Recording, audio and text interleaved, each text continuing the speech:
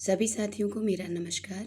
सरस्वती पांडे जी की पुस्तक का हम लोग अध्ययन कर रहे हैं और आज का जो टॉपिक है संविधान में हिंदी भाषा संबंधी उपबंध। मोस्ट इम्पोर्टेंट आप इसको लगा सकते हैं क्योंकि एक प्रश्न हमारा भाषा के उपबंधों से बनता ही बनता है। तो यहाँ पे अनुच्छेद पूछे जाते हैं और दिया जाता है कि इस तरह का प्रावधान किस अनुच्छेद के अंदर है। जो प्रश्न बनने का तरीका होता है वह यही रहता है कि जो प्रावधान है ये किस अनुच्छेद के अंदर दिए गए हैं। तो हर एक अनुच्छेद को बहुत बारीकी के साथ समझना है, पढ़ना है और उन बातों को ध्यान में रखनी है कि कौन कौन से प्रावधान किस अनुच्छेद के अंदर रखे गए हैं। तो देखते हैं संविधान में हिंदी भाषा संबंधी उपबंध।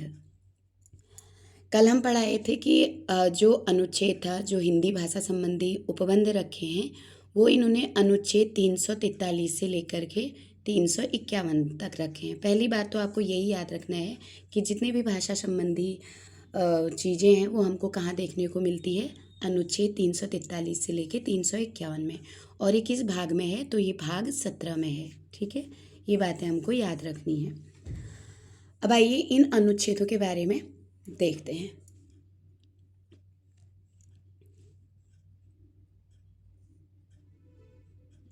अनुच्छेद 343, संघ की राजभाषा हिंदी और लिपि देवनागरी होगी। संघ की राजभाषा क्या होगी, कह रहे हैं हिंदी। लिपि क्या होगी, देवनागरी होगी। तथा भारतीय अंकों का रूप, अंकों का अंतर्राष्ट्रीय रूप होगा। जो अंक लिखे जाते हैं जिनको हम 1 2 3 करके पढ़ते हैं ना, इनका जो रूप होगा वो कैसा होगा, अंतर्राष्ट्रीय होगा। आपने देखा होगा इस तरह से लिखे जाते हैं ना, ये अंतर्राष्ट्रीय रूप है अंकों का। ठीक है, जो आप लोग पढ़ते हैं। जो हम लोग लिखते हैं ये इस तरह से आपके किसी उनमें कम देखने को मिलता है ना, ये वाली जो डिजिट पढ़ते हैं। तो ये चीज़ 93 में विधान किया गया है। जो ये अंकों का विधान होगा वो कैसा होगा, अंतर्राष्ट्रीय वाला होगा। किंतु संविधान में अनुमति प्रदान की गई कि 15 वर्ष की अवधि अर्थात 1965 ईस्वी तक अंग्रेजी का प्रयोग किया जाता रहेगा। अब एक समय निर्धारित हुआ था अनुच्छेद 343 के अंतर्गत कि कोई अन्य भाषा का जो कार्य, हमारी जो संघ की राजभाषा है उसमें हम कोई अन्य भाषा का प्रयोग नहीं करेंगे। 1965 तक क्या रहेगी, जो अंग्रेजी भाषा रहेगी उसी का प्रयोग रहेगा। तब इस अवधि की समाप्ति के बाद, जब ये 65 वाली अवधि खत्म हो जाएगी, इसकी समाप्ति के बाद संसद विधि द्वारा, जो कानून है उसके द्वारा अंग्रेजी भाषा या अंकों के देवनागरी रूप का ऐसे प्रयोजनों के लिए प्रयोग कर सकेगी जो विधि में विनिर्दिष्ट होंगे। ठीक है, तो कुल में कहने का मतलब ये है कि 43 के अंदर आपको क्या क्या याद रखना है। पहली बात, आप अगर 43 को पढ़ रहे हैं, अनुच्छेद 343, तो इससे जो सिंपल प्रश्न बनते हैं, तो संघ की राजभाषा हिंदी, एक तो यही पूछा जाता है कि संघ की राजभाषा हिंदी होगी, किस अनुच्छेद के अंदर बताया गया है, तो ये हमारा अनुच्छेद 343 है। ठीक है, अगर लिपि देवनागरी लिपि की बात होगी कि संघ की जो राजभाषा हिंदी होगी और लिपि देवनागरी होगी, तो देवनागरी लिपि की बात भी कहाँ पे करी है, 343 में करी है। ठीक है, अंकों का रूप, ये पॉइंट एकदम ऐसे ही ध्यान रखेंगे ना, अंकों का जो रूप है वो अंतर्राष्ट्रीय होगा। क्या बताते हैं कि अंतर्राष्ट्रीय होगा। किस में माना गया कि अंक का रूप अंतर्राष्ट्रीय होगा, तो ये भी किस में माना गया है, अनुच्छेद 343 में। ठीक है, और अंग्रेजी कब, कितने अवधि का समय था, ये बात जरूर याद रखना कि 15 वर्ष की अवधि का समय था कि जब तक अंग्रेजी ही संविधान की क्या रहेगी, भाषा रहेगी। और इस 15 वर्ष में लास्ट जो इसमें सन दिया है कितने, कब तक के लिए, 1965 के लिए। तो ये 1965 तक जो संघ की राजभाषा है वो अंग्रेजी रहेगी। ये प्रावधान बना था, किस में बना था, तो अनुच्छेद 343 में। ठीक है, और चाहे बाद में जो है जब विधि चाहे या संसद चाहे तो उसमें कार्रवाई करके जो भाषा है उसको अन्य भाषाओं को भी रख सकता है, या फिर जो हमारे अंक हैं हिंदी भाषा के, जो देवनागरी अंक हैं उनको ला सकता है। ऐसी बातें उसमें कही गई हैं, पर ऐसा हुआ नहीं है ना। बाद में भी जो हमारे वर्ग हैं, क ख ग घ करके जो हमारे परिवार बनाए हैं उसमें भाषा भाषी वाले, तो उनके अकॉर्डिंग विवाद होता रहा, तो ये चीज़ क्लियरिटी नहीं आई कि कोई अन्य भाषा भी कार्य उसमें बने, तो अंग्रेजी यथावत रही है, ये बात आपको ध्यान रखना है। ठीक है, तो 4 पॉइंट में हमने क्या पढ़ा कि राजभाषा हिंदी होगी किसमें, अनुच्छेद 343 में।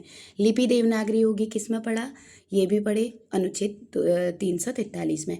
अंकों का रूप अंतर्राष्ट्रीय होगा, किस अनुच्छेद में है, 343 में। 15 वर्ष 1965 तक, है ना, 15 वर्ष 1965 तक जो संघ की राजभाषा है वो अंग्रेजी रहेगी, ये प्रावधान भी किस में है, ये भी हमारे अनुच्छेद 343 में। इन 4 बातों को आप अनुच्छेद 343 में याद रखे रहेंगे। ठीक है, अब हम बात करते हैं अनुच्छेद 344 की। ठीक, 344, राष्ट्रपति 5 वर्ष के बाद और उसके हर 10 वर्ष की समाप्ति पर राजभाषा आयोग का गठन करेगा। देखिए, राजभाषा आयोग के गठन की बात कब कह रहे हैं, राष्ट्रपति के द्वारा होगी।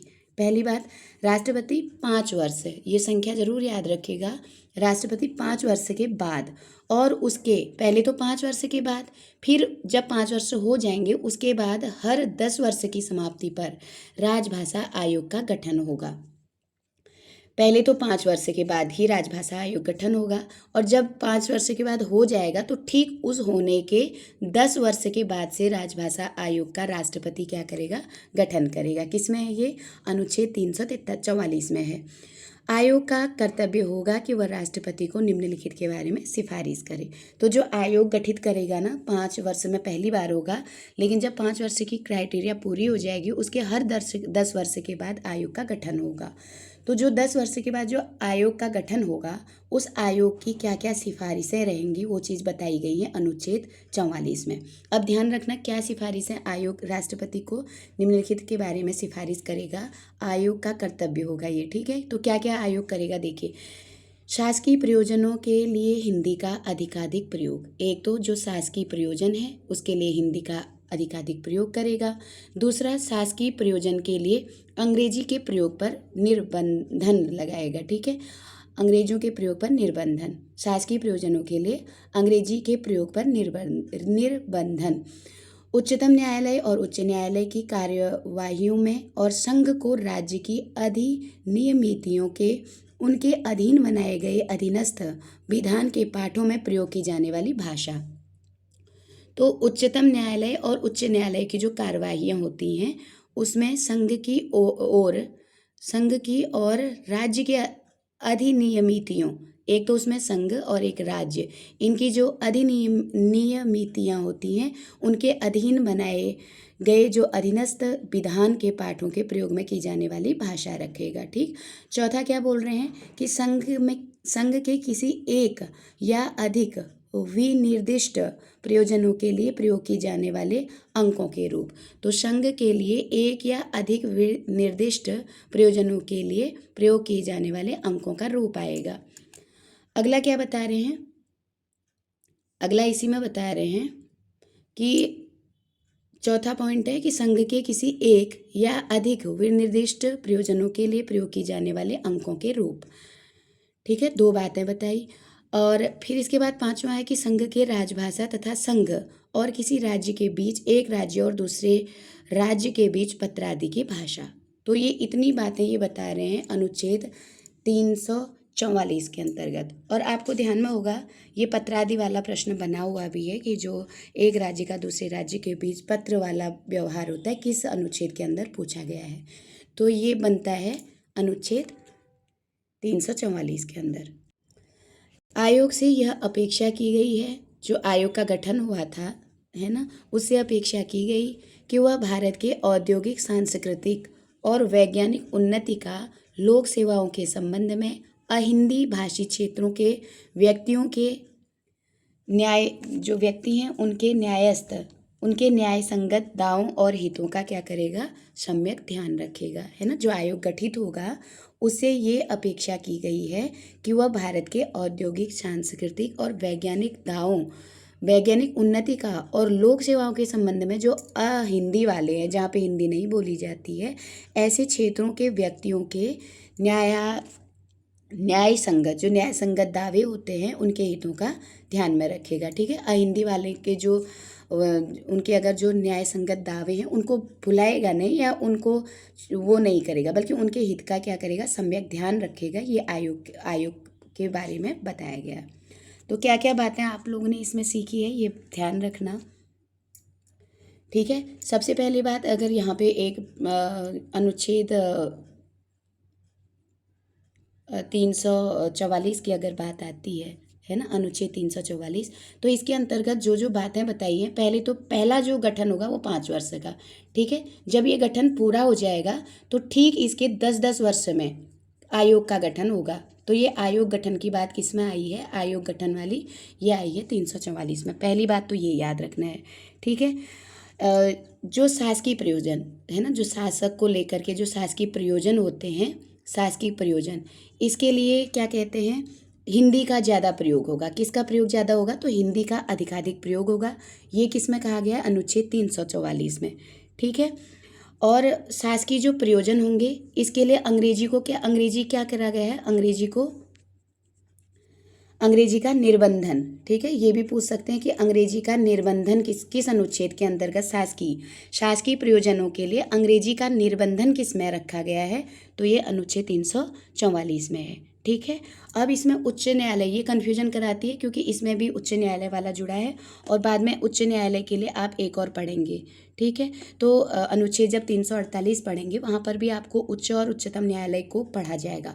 तो इन दोनों में कन्फ्यूजन होता है। तो उच्चतम न्यायालय के लिए इन्होंने क्या कहा है कि उच्चतम न्यायालय और उच्च न्यायालय, यहाँ पे जो भी कार्यवाही होगी ना, उसमें संघ की और राज्य की अधिनियमों के उनके अधीन बनाए गए अधीनस्थ विधान के पाठों में प्रयोग की जाने वाली भाषा होगी। तो ध्यान रखना, जो इसमें बोल रहे हैं कि एक तो जो उच्च और उच्चतम न्यायालय है, इसमें जो उच्च और उच्चतम न्यायालय है ना, इसमें संघ, एक तो संघ आ गया, दूसरा इसमें क्या आएगा, राज्य आएगा। ठीक है, दोनों बातों को शॉर्ट करके बता रही हूँ कि आपके दिमाग में बना रहे। तो जो उच्च और उच्चतम न्याय है उसमें जो संघ है और राज्य है, इसमें जो नियमितियाँ होती हैं ना, उसके अधीन जो अधीनस्थ विधान बनाए गए हैं, जो कुछ इन दोनों के द्वारा विधान बनाए जाते होंगे संघ राज्य के द्वारा, इसमें जो इनके पाठों में प्रयोग की जाने वाली भाषा का जो विधान है वो कहाँ पर है, 344 में है। ठीक है, ये बात ध्यान रखना। अब आगे क्या बोल रहे हैं कि संघ के किसी एक या अधिक विनिर्दिष्ट प्रयोजनों के लिए प्रयोग की जाने वाले अंकों का रूप। अब जो एक और बात आ रही है, अंकों का रूप यहाँ पर भी आ रहा है। ठीक है, अंकों का जो रूप है वो किसके लिए कह रहे हैं, संघ के किसी एक या अधिक विनिर्दिष्ट प्रयोजनों के लिए प्रयोग की जाने वाले अंक। अब यही पूछा जाएगा कि संघ के एक या अधिक, चाहे वो ये जो अंकों का रूप है, संघ के द्वारा जो संघ है उसका एक या उससे अधिक है ना, एक या उससे अधिक विनिर्दिष्ट प्रयोजनों के लिए प्रयोग होगा। ये बात भी कहाँ पे कहा गया है, 344 अनुच्छेद में कहा गया है। और सबसे महत्वपूर्ण बात जो आपकी आती है 344 की, सबसे महत्वपूर्ण बात जिसमें प्रश्न पर पूछा जाता है कि एक राज्य का, ठीक है, एक राज्य का दूसरे राज्य से क्या, जो पत्राचार होता है, जो पत्र लिखा जाता है ना, ये किसके अंदर आता है, तो ये भी अनुच्छेद 344 में आता है। ठीक है, तो ये बहुत मोस्ट है, आपको केवल छोटी छोटी शॉर्ट टर्म की बातें याद करनी है 44 के बारे में। 5 बातें आपको इसमें ध्यान रखना है। पहली बात जो एक इम्पोर्टेंट है वो आपको याद रखनी है कि पहला जो गठन होगा वो 5 वर्ष में करेगा, उसके फिर जो 5 वर्ष पूरे हो जाएंगे ठीक उसके 10 वर्ष के बाद ये आयोग का गठन करेगा। ऐसी बात कहाँ कही गई है, 44 में कही गई। ठीक, अब इसमें जो है बात आया है शासकीय प्रयोजन, है ना, ये इम्पोर्टेंट है। शासकीय प्रयोजन जो है ना, इसमें हिंदी प्रयोग होगी, केवल हिंदी, और इसी शासकीय प्रयोजन में निर्बंध रहेगा तो अंग्रेजी का। ठीक है, तो शासकीय प्रयोजन में अंग्रेजी क्या रहेगी, कह रहे हैं निर्बंधन रहेगा, इसका निर्बंधन, है ना। तो शासकीय प्रयोजन में हिंदी को महत्ता मिली है और शासकीय प्रयोजन में अंग्रेजी का निर्बंधन रहा है। किस अनुच्छेद में, दोनों को जोड़ के याद करेंगे 344 में। ठीक है, और जो उच्च न्यायालय वाली बात आती है, तो जो उच्च न्यायालय और उच्चतम न्यायालय, ठीक है, उच्चतम न्यायालय दोनों को याद रखेंगे। यहाँ पे जो भी इनके द्वारा जो अधिनियमितियों के अनुकूल जो इनके विधान बनाए जाएंगे ना, उस विधान की भाषा को भी कहाँ पे रखा गया है, 344 में रखा गया है। ठीक है, चौथा ये हो गया। 5वां जो है जो संघ एक से अधिक विनिर्दिष्ट प्रयोजन के लिए अंकों का रूप रखेगी, वो भी यहाँ पे संघ के अंकों का रूप ध्यान रखेंगे। ठीक है, संघ के द्वारा अंकों का रूप वो भी कहाँ पे आता है, केवल संघ शब्द याद रखना, इसके द्वारा अंक रूप याद रखना है ना। जो अंकों का रूप होगा वो भी किस में आता है, 344 में आता है। और सबसे इम्पोर्टेंट और मोस्ट इम्पोर्टेंट बात आती है कि एक राज्य का दूसरे राज्य से जो पत्राचार होता है, ठीक है, पत्राचार, ये किस में आता है, 344 में। तो ये 4-5 बातें आपको मोस्ट करके ध्यान में रखनी है। अब हम पढ़ते हैं अनुच्छेद 345 को। 345 को देखिएगा। अनुच्छेद 345 में कह रहे हैं कि किसी राज्य का विधानमंडल, पहली बात विधानमंडल की बात हो रही है, विधि द्वारा उस राज्य के इस्तेमाल होने वाली भाषाओं में से किसी एक या अधिक भाषाओं को या हिंदी को, चाहे कोई और भी भाषा है तो उसको भी ले सकता है, या फिर वहाँ जो हिंदी बोली जा रही है उसको उस राज्य के सभी या किसी शासकीय प्रयोजन के लिए अंगीकार कर सकते हैं। ठीक है, ये प्रश्न बन सकता है कि जो विधानमंडल है किसी राज्य का, है ना, कोई भी राज्य होगा उसका जो विधानमंडल है, विधि द्वारा मतलब जो कानून है वहाँ पे विधि के द्वारा उस राज्य में इस्तेमाल होने वाली भाषाओं में से, अब भाषा ये जरूरी नहीं कि हिंदी ही हो, जो उस राज्य में भाषा प्रयोग हो रही है वो उन भाषाओं का या अधिक मतलब जो अधिक भाषाएं उनको भी या हिंदी को भी उस राज्य के सभी या किसी शासकीय प्रयोजनों के लिए अंगीकार कर सकते हैं। तो एक पॉइंट क्या आया, अगर 345 की बात करते हैं तो एक बात कह रहे कि जो विधानमंडल है राज्य का, है ना, राज्य का कहा जा रहा है, तो विधानमंडल उस और विधि द्वारा, है ना, विधानमंडल विधि द्वारा क्या करेगा, उस राज्य में जो अनेक भाषाएं हैं, अनेक भाषा या जो खास भाषा हिंदी है ना, इसको उस राज्य के शासकीय प्रयोजन के लिए क्या करेगा, अंगीकार करेगा। ठीक है, एक बात तो ये हो गई, इसको आपको याद रखना है। जब तक ऐसा नहीं किया जाता अंग्रेजी का प्रयोग उसी प्रकार किया जाता रहेगा जिस प्रकार उससे ठीक पहले किया है।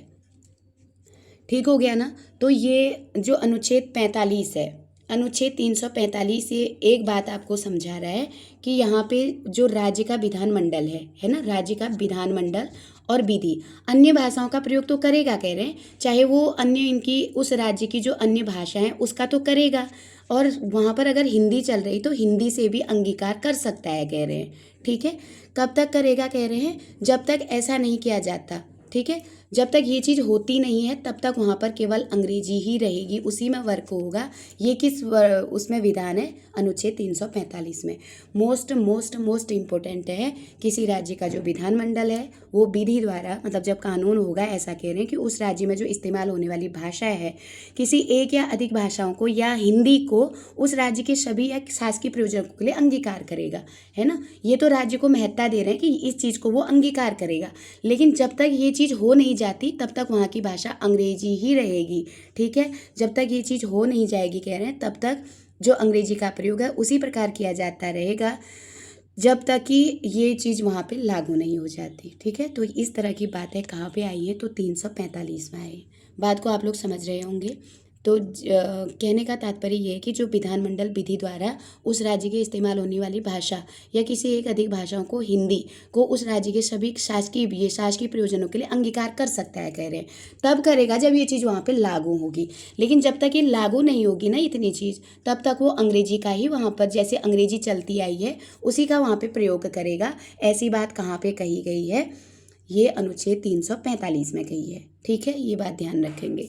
आगे देखेंगे अनुच्छेद 346। अब 346 क्या कह रहा है, संघ में शासकीय प्रयोजनों के लिए प्रयोग किए जाने के लिए तत्समय प्राधिकृत भाषा अर्थात अंग्रेजी एक राज्य और दूसरे राज्य के बीच तथा किसी राज्य और संघ के बीच पत्रादि की भाषा होगी। तो 46 क्या कह रहा है कि जो शासकीय प्रयोजन है संघ की, है ना, जो संघ होता है हमारा, उसमें जो शासकीय प्रयोजन है उसके लिए प्रयोग किए जाने वाली तत्समय मतलब उसी समय प्राधिकृत जो भाषा प्रयोग में हो रही है, अर्थात कौन है, शासकीय प्रयोजनों के लिए अंग्रेजी है। ठीक है, एक राज्य और दूसरे राज्य के बीच तथा किसी राज्य और संघ के बीच पत्रादि की भाषा होगी।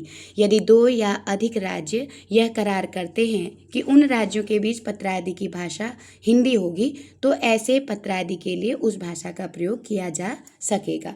अब ये वाला जो पॉइंट है इसको आप मोस्ट करेंगे, क्योंकि इससे पहले भी हमने एक पत्रादि वाली बातें पढ़ी हैं।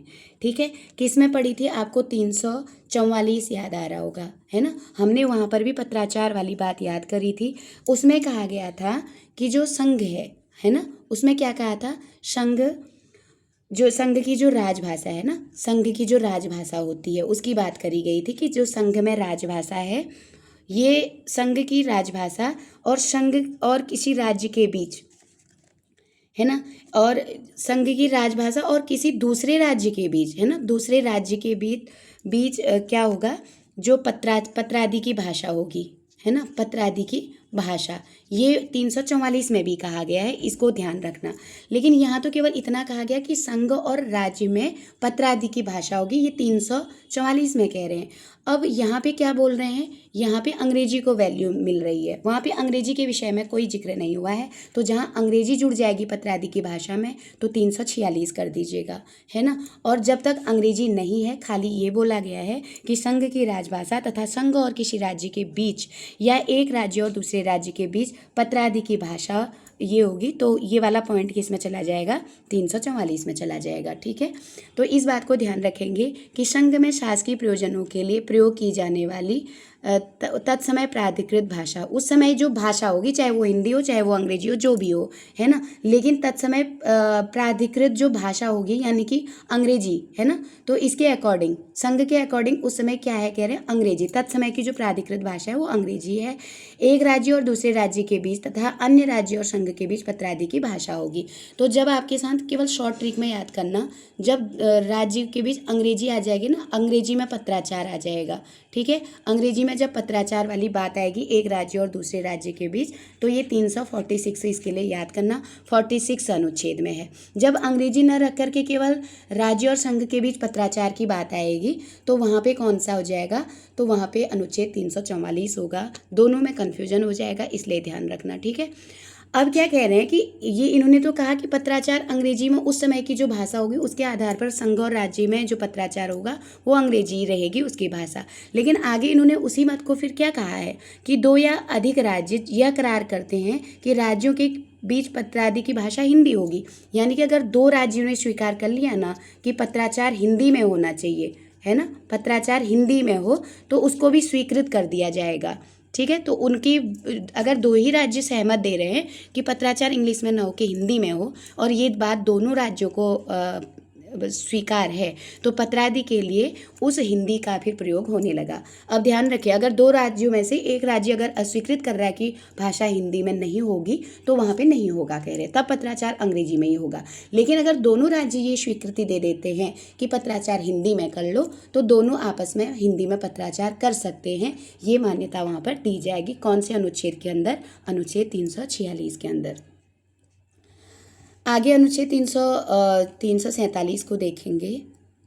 अनुच्छेद 347 क्या कह रहा है कि यदि किसी राज्य की जनसंख्या का पर्याप्त भाग यह मांग करे कि उसके द्वारा बोली जाने वाली भाषा को उस राज्य में दूसरी भाषा के रूप में मान्यता मिले, तो राष्ट्रपति उस राज्य में सर्वत्र या उसके किसी भाग में राजकीय प्रयोजन के लिए उस भाषा को मान्यता देने का उपबंध कर सकता है। बहुत अच्छा, ये छोटा सा एक प्रश्न बन सकता है इसमें। अनुच्छेद जो 347 है ना, इसमें जैसे कोई राज्य, जैसे सपोज कोई राज्य में बोली है ना, कोई राज्य में बोली जा रही है, और अगर ये राज्य के ज़्यादा लोग ये कह रहे हैं, ज़्यादा से ज़्यादा लोग कह रहे हैं कि जो ये हमारे वहाँ जो ये बोली है इसको दूसरी लैंग्वेज कर दो। पहली तो जो मान्य है, जो विधि द्वारा मान्य हुई है वो तो चलेगी, लेकिन इसको दूसरी भाषा के रूप में कर दीजिए, है ना, तो ये चीज़ स्वीकार हो जाएगी कह रहे हैं। किसके कहने पे? राष्ट्रपति के कहने पे। ये बात जरूर से याद रखना।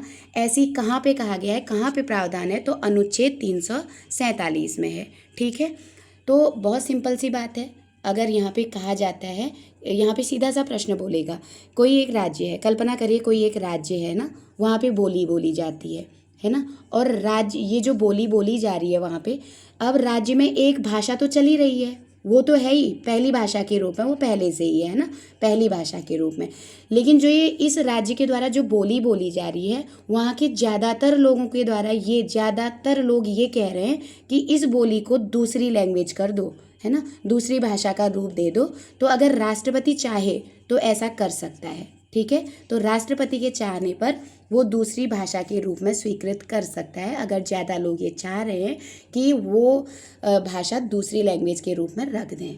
तो ध्यान रखेंगे किस अधिनियम के तहत ऐसा हो सकता है, तो ये किस अनुच्छेद के अंदर हो सकता है, तो अनुच्छेद 347 के अनुसार, है ना। तो राष्ट्रपति चाहे तो उनकी जो बोली है उसको दूसरी भाषा के रूप में मान्यता दे सकता है, ठीक है। तो इम्पोर्टेंट है, अगर कोई राज्य के लोग ये चाह रहे हैं कि जो भाषा चल रही है वो तो पहली भाषा है ही है, लेकिन अगर उनके वहाँ की बोली अधिकाधिक जनता ये चाह रही है कि उनके राज्य में बोली जाने वाली जो बोली है उसको दूसरी भाषा के रूप में रख दें, तो ऐसा कौन कर सकता है, ऐसा स्वीकार कर सकता है राष्ट्रपति। राष्ट्रपति चाहे तो उसको दूसरी भाषा के रूप में रख सकता है। ऐसा प्रावधान किस अनुच्छेद में है, तो अनुच्छेद 347 में। अब आते हैं अनुच्छेद 348 के बारे में। देखिए 48 क्या कहता है, जब तक संसद विधि द्वारा उपबंध न करे तब तक उच्चतम न्यायालय और उच्च न्यायालयों में सभी कार्य अंग्रेजी में होंगे। एक बात रखेंगे, जो उच्च न्यायालय और ये होते हैं उच्च न्यायालय, ठीक है, जो उच्च न्यायालय नहीं होता है, उच्च न्यायालय हो गया और उच्चतम न्यायालय मतलब सर्वोच्च न्यायालय होगा, यहाँ की भाषा अंग्रेजी ही होगी, कोई चेंजेस नहीं आएगा। क्यों इसमें चेंजेस नहीं आएगा, क्योंकि जब तक संसद या विधि नहीं चाहेगी तो उसकी भाषा को नहीं बदला जा सकता। तो ऐसा प्रावधान कहाँ पे है, अनुच्छेद 348 में है, ठीक है। 348 में हमको याद रखना है, यहाँ पे न्यायालय से संबंधित बात आ रही है, ठीक है।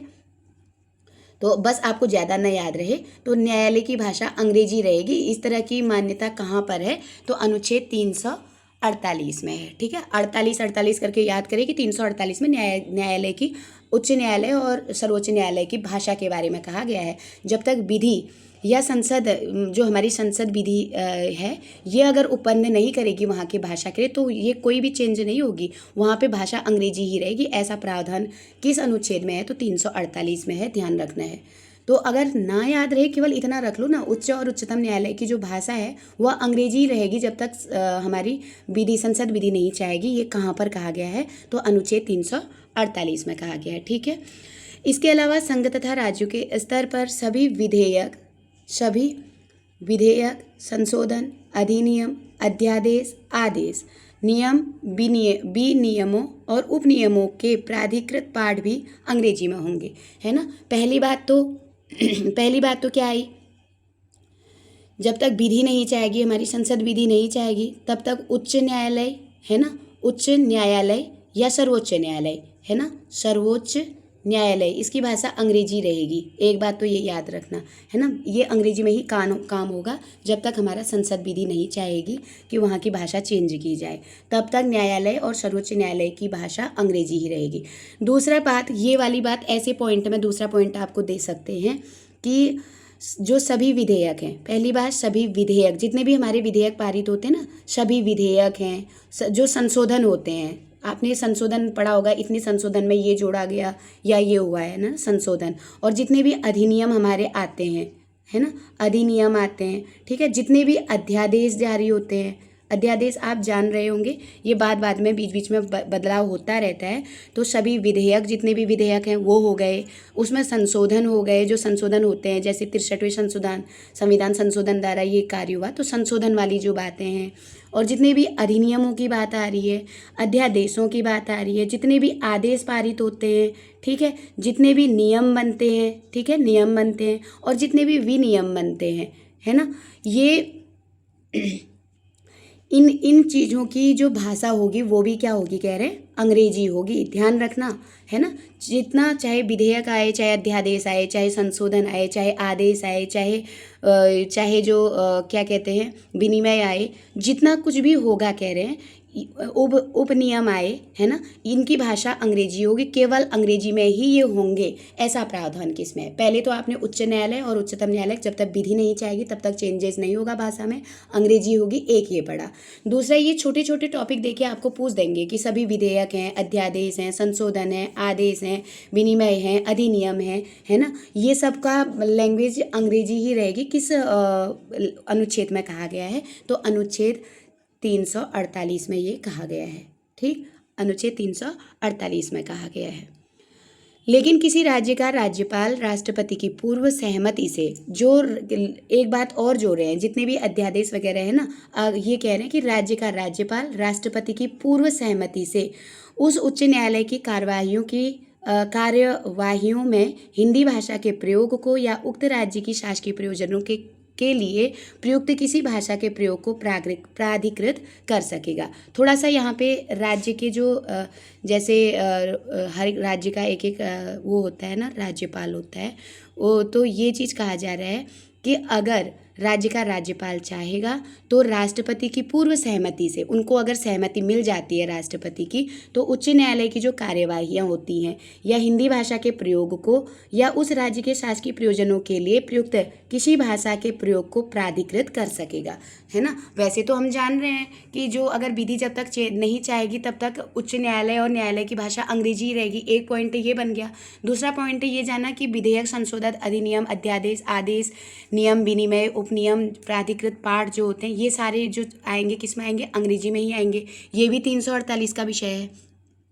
लेकिन अगर एक बात इसमें कहा है, राज्य का जो राज्यपाल होता है ना, अगर उसको राष्ट्रपति की सहमति मिल जाए, पॉइंट ऐसे ही बनेगा कि राज्य के राज्यपाल को अगर राष्ट्रपति की सहमति मिल जाए तो उच्च न्यायालय की जो कार्यवाहियाँ होती हैं उनमें हिंदी भाषा का प्रयोग को उस राज्य के शासकीय प्रयोजनों के लिए प्रयुक्त किसी भाषा के प्रयोग को प्राधिकृत कर सकेगा। ये बात कहाँ पर है?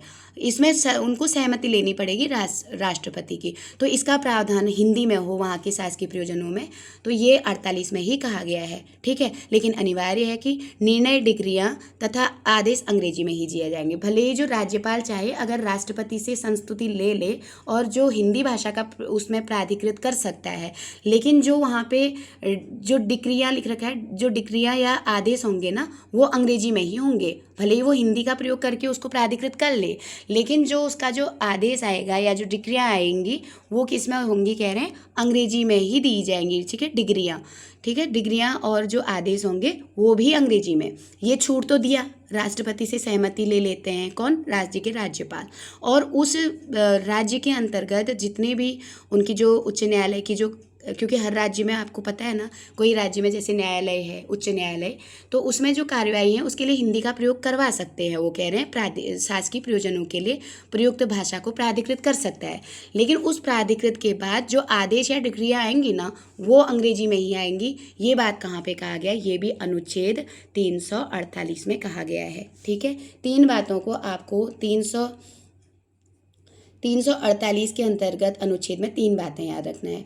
एक तो उच्च न्यायालय हो गया, है ना, और एक सर्वोच्च न्यायालय होगा, है ना। जब तक विधि नहीं चाहेगी तब तक इसकी भाषा अंग्रेजी रहेगी। ये पॉइंट अगर ये प्रश्न बन गया कि उच्चतम न्यायालय और उच्च न्यायालय की भाषा अंग्रेजी तब तक रहेगी जब तक विधि उसमें विधि चाहेगी, है ना। जब तक विधि नहीं चाहेगी उसमें बदलाव नहीं होगा, भाषा अंग्रेजी रहेगी। किसका विषय है? तो ये अनुच्छेद 348 का विषय है। ठीक, दूसरी बात इन्होंने यही जोड़ा था। दूसरी बात क्या कहा? जितने भी अधिनियम हैं, अब प्रश्न ऐसे ही बनेगा, अधिनियम है, जो विधेयक है, अध्यादेश हैं, है ना, छोटे छोटे अध्यादेश हैं, आदेश किए जाते हैं, जो नियम हैं, है ना, और जो विनियम हैं, ये सारे अंग्रेजी में होंगे। किस अधिनियम में कहा गया है? किस अनुच्छेद में कहा गया है? तो ये भी 348 में कहा गया है। तीसरा पॉइंट जरूर याद करना, अगर राज्य का राज्यपाल अगर राष्ट्रपति से सहमति ले लेता है ना, वो अगर राष्ट्रपति से सहमति ले ले और अपने जो शासकीय प्रयोजन में जो न्यायालयों की भाषा है उसको हिंदी में प्रावधान तो कर सकता है, लेकिन उसकी जो डिग्रियाँ और आदेश होंगी वो अंग्रेजी में ही निकालेगा। ये भी किस अनुच्छेद में बताया गया है? अनुच्छेद 348 में। ठीक है, तीन बातें इसमें मोस्ट हो जाती हैं। अब आते हैं अनुच्छेद 339 में। देखिए 339 क्या कह रहा है कि संविधान के प्रारंभ में 15 वर्ष की अवधि के दौरान प्रयोग की जाने वाली भाषा के लिए उपबंध करने वाला कोई विधेयक राष्ट्रपति के पूर्व अनुमति, जो कि वह राजभाषा आयोग तथा भाषा समिति के प्रतिवेदन पर विचार करके देगा, के बाद ही संसद में प्रस्तुत किया जा सकता है। तो ये 15 वर्ष की अवधि आप यहाँ पे याद कर लीजिएगा। संविधान के जब 15 वर्ष की अवधि होगी, उन 15 अवधि के दौरान, है ना, जो भाषा का उपबंध है उसको करने वाला विधेयक जो है राष्ट्रपति के पूर्व अनुमति, पहले ही अनुमति दिया है, जो कि वह राज्य भाषा आयोग तथा भाषा समिति के प्रतिवेदन पर विचार करके देगा। के बाद ही संसद में ये प्रस्तुत होगा। ऐसा किस में कहा गया है? सिंपल सा है, 15 वर्ष की अवधि जब कंप्लीट होगी, उस 15 वर्ष की अवधि के दौरान ही जो भाषा प्रयोग में हो रही है ना, उसने अभी 15 वर्ष का समय पूरा नहीं किया है, तो 15 वर्ष की अवधि के दौरान ही बात कर रहे हैं कि जो भाषा प्रयोग में है उसका उपबंध करने वाला विधेयक राष्ट्रपति की पूर्व अनुमति, जो कि वह राजभाषा आयोग और भाषा समिति के प्रतिवेदन पर विचार करके देगा, उसके बाद ही संसद में प्रस्तुत किया जा सकेगा। ये किस अनुच्छेद में हुआ है? तो 349 में। ठीक है, एक ही है तो ध्यान रखेंगे। इसमें प्रतिवेदन को वहाँ पे संसद में प्रस्तुत करने की बात आई है और 15 वर्ष आया है। इन दो बातों को ध्यान रखना कि 15 वर्ष में जो भाषा प्रयोग में है उसी को लेके ये बात कही गई है और इसको संसद में प्रस्तुत करने की बात कही है, तो ये अनुच्छेद 349 में है। 350 के अंदर 3 पॉइंट आते हैं, इसको ध्यान रखेंगे। ठीक है, 350(1) इसमें क्या कहा गया है कि प्रत्येक व्यक्ति किसी शिकायत को दूर करने के लिए संघ या राज्य के किसी अधिकारी या प्राधिकारी को यथास्थिति संघ में या राज्य में प्रयोग होने वाली किसी भाषा में अभ्यावेदन देने का हकदार होगा, है ना। प्रत्येक व्यक्ति मतलब कोई भी व्यक्ति XYZ कोई भी हो, जब उसको कोई शिकायत है ना, उसको कोई शिकायत है, अपनी शिकायत को दूर करने के लिए वो व्यक्ति क्या करेगा? कह रहे हैं संघ या राज्य के किसी अधिकारी या प्राधिकारी को, कोई भी जो संघ का अधिकारी ही क्यों न हो या प्राधिकारी क्यों न हो, यथास्थिति, है ना, इसी स्थिति में संघ में या राज्य में प्रयोग होने वाली किसी भी भाषा में जो संघ या राज्य उसमें प्रयोग हो रही है भाषा, उसमें अपना जो अभ्यावेदन है, उसका जो शिकायत है, वो किसी भी भाषा में जो उस समय संघ में प्रयोग हो रही है उसमें देने का हकदार है, चाहे कोई भी व्यक्ति हो। ठीक है, अब प्रश्न बन जाएगा कि कोई भी व्यक्ति जो जिसकी शिकायत है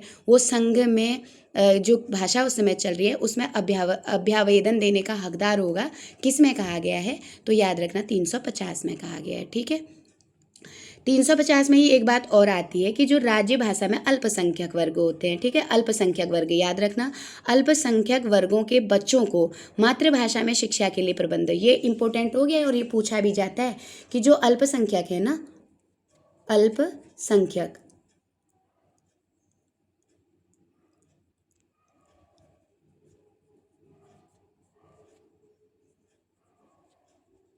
ठीक है, जब राज्य में भाषाई अल्पसंख्यक हैं, कैसे अल्पसंख्यक है? भाषाई अल्पसंख्यक हैं, उस वर्ग के जो बच्चे हैं उनको मातृभाषा में शिक्षा मिले, है ना, उन्हीं की मातृभाषा में शिक्षा मिले, ऐसा प्रावधान किसमें? उसके लिए उचित प्रबंध हो, है ना, उनकी शिक्षा के लिए उचित प्रबंध हो। एक तो उनको जो शिक्षा है वो मातृभाषा में मिले और शिक्षा के लिए उचित प्रबंध भी किए जाए उन बच्चों के जो अल्पसंख्यक हैं। किसी राज्य में जो भाषाई जो राज्य है ना, राज्य में जो भाषाई अल्पसंख्यक वर्ग के बच्चे हैं उनको मातृभाषा में शिक्षा मिले और उनकी शिक्षा के लिए उचित प्रबंध हो। ये किस उसमें कहा गया है? तो ये भी 350 में कहा गया है। मोस्टली इंपॉर्टेंट है, इस तरह के प्रश्न बनते हैं तो इसको ध्यान दीजिएगा। ये किस में हो जाएगा? 350 में। ठीक है, 350 में अल्पसंख्यक वर्गों की जो भाषा है और किसी राज्य में जब अल्पसंख्यक वर्ग के बच्चे हैं उनको उनकी मातृभाषा में शिक्षा मिले और शिक्षा के लिए उचित प्रबंध भी हो, ऐसा कौन से अनुच्छेद में कहा गया? 350 में। ठीक, अब है अंतिम है भाषाई अल्पसंख्यक वर्ग, है ना, ये दो बातें अल्पसंख्यकों से रिलेटेड हैं। तो भाषाई अल्पसंख्यक वर्गों के लिए राष्ट्रपति एक विशेष अधिकारी की नियुक्ति भी करेगा। बस याद रखना, पहली बार अधिकारी नियुक्त करेगा और अधिकारी उस वर्ग के भाषाई हितों की रक्षोपायों से संबंधित राष्ट्रपति को क्या देगा? प्रतिवेदन देगा और राष्ट्रपति इसे संसद में रखवाएगा और संबंधित राज्यों को सरकारों को भिजवाएगा। तो अल्पसंख्यक को लेकर के ज़्यादा ना याद रहे, केवल इतना याद रखना कि अल्पसंख्यकों को लेकर के उनके बच्चों की शिक्षा और अल्पसंख्यकों के लिए अधिकारी नियुक्ति वाली बात कहाँ पे आई है? जब अल्पसंख्यकों के बच्चों की शिक्षा और उन अल्पसंख्यकों के लिए एक आधिकारिक नियुक्ति की बात आएगी तो ये अनुच्छेद 350 हो जाएगा।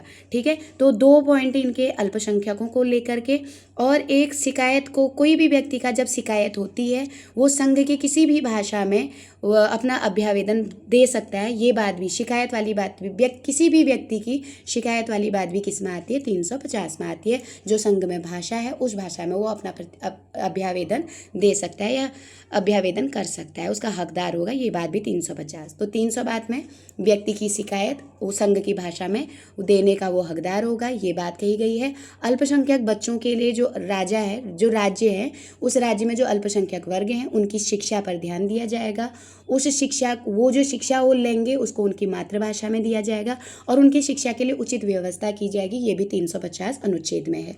तीसरी बात, जो अल्पसंख्यक वर्ग हैं इनके लिए अधिकारी का नियुक्त किया जाएगा और अधिकारी उनसे संबंधित जो बातें हैं वो राष्ट्रपति को सौंपेगा और राष्ट्रपति जो है उसको कहाँ तक भिजवाएगा, राज्यों की सरकारों तक भिजवाएगा। ऐसी बात कहाँ पर है, ये भी 350 का विषय है। ठीक है, अब अंतिम है इसमें 351, मोस्ट इम्पोर्टेंट 351, संघ का यह कर्तव्य होगा कि वह हिंदी भाषा का प्रचार करे। छोटा सा पकड़ लीजिए, हिंदी का प्रचार प्रसार है ना, केवल हिंदी भाषा का प्रचार प्रसार की बात, किस प्रचार और प्रसार, ये इसको छोटा करके याद कर लेना, किस अनुच्छेद में, 351 लास्ट वाले अनुच्छेद में हिंदी भाषा का प्रचार प्रसार की बात करी है। उनका विकास करे ताकि वह भाषा की मिलीजुली संस्कृति के सभी तत्वों की अभिव्यक्ति का माध्यम बन सके और उसकी प्रकृति में हस्तक्षेप किए बिना 8वीं अनुसूची में विनिर्दिष्ट भाषा की अन्य भाषाओं के प्रयुक्त रूप, शैली और पदों को आत्मसात करते हुए और जहाँ आवश्यक या वांछनीय हो वहाँ उन शब्द भंडार के लिए मुख्यतः संस्कृत से और गौड़तया अन्य भाषाओं से शब्द ग्रहण करते हुए उसकी समृद्धि सुनिश्चित करे। अब यहाँ 2 प्रश्न आप ध्यान में रखना है ना, हिंदी भाषा का प्रचार प्रसार की बात कहाँ पे आई है, तो अंतिम अनुच्छेद में आई है, अनुच्छेद 351। इस हिंदी भाषा के प्रचार प्रसार में पहला जो मुख्यतः किस भाषा को ध्यान दिया है, तो संस्कृत को, ये भी आपको याद रखना है। इस संस्कृत से वो शब्द भंडार ले सकता है, ऐसी बात किस में आई है, 351 में। ठीक है, और गौड़तया मतलब जो गौड़ है, अन्य भाषाओं से भी वो अगर प्रचार प्रसार करना है तो अन्य भाषाओं से भी शब्द ग्रहण करके उसकी समृद्धि निश्चित कर सकता है। ये बात कहाँ पे कही गई है, तो अनुच्छेद 351 में कही गई है। ठीक है, ये बात आपको ध्यान रखना है। तो इसके साथ ही आज हमने 343 से लेकर के 351 तक जो संविधान में हमारे हिंदी भाषा के संबंधी उपबंध थे उसको रखा गया था। ये मोस्ट इम्पोर्टेंट आप इसको कहेंगे है ना। भाग 17 था और उसके जो भाग 17 था उसी भाग को हम मुंशी आयंगर नाम से भी जाना जाता है। ठीक है, भाग 17 जो था वो मुंशी आयंगर नाम से भी जाना जाता है, ये बात आपको याद रखना है। और जो प्रथम हमने राजभाषा आयोग का गठन की बात पढ़ी थी 344 में, तो जो प्रथम राजभाषा आयोग गठन हुआ था वो 1955 में हुआ था। बाल गंगाधर खेर उसके सदस्य मतलब वो थे, अध्यक्ष थे और सदस्य संख्या वहाँ पे 21 थी। ये बातें आपको ध्यान रखनी है ना। भाग 17 में तो आयोगों का गठन में जो पहला आयोग हमारा गठन हुआ था राजभाषा से संबंधित, कब हुआ था, ये प्रश्न बन सकता है। 1955 में बाल गंगाधर खेर उसके अध्यक्ष थे और उस समय जो प्रथम राजभाषा आयोग था उसमें सदस्य संख्या कितनी थी पूछें तो 21 थे। तो यहाँ से बहुत इंपॉर्टेंट प्रश्न आपके बनते हैं, उनको आपको ध्यान रखना है। और इसके अलावा जो हमने 21वां और 71वां और 92वां संविधान संशोधन पढ़ा था, कौन कौन भाषाएं जुड़ी थी, वो वाली चीज़ें मोस्ट हैं। तो इन दोनों को आप बहुत अच्छे से तैयार करके जाइएगा, इनसे 1 प्रश्न या 2 प्रश्न देखने को मिलते हैं। तो क्लास अच्छी लगी हो तो ज़रूर से इसको शेयर करिएगा और बहुत बहुत धन्यवाद आप लोगों का जुड़ने के लिए। आभार।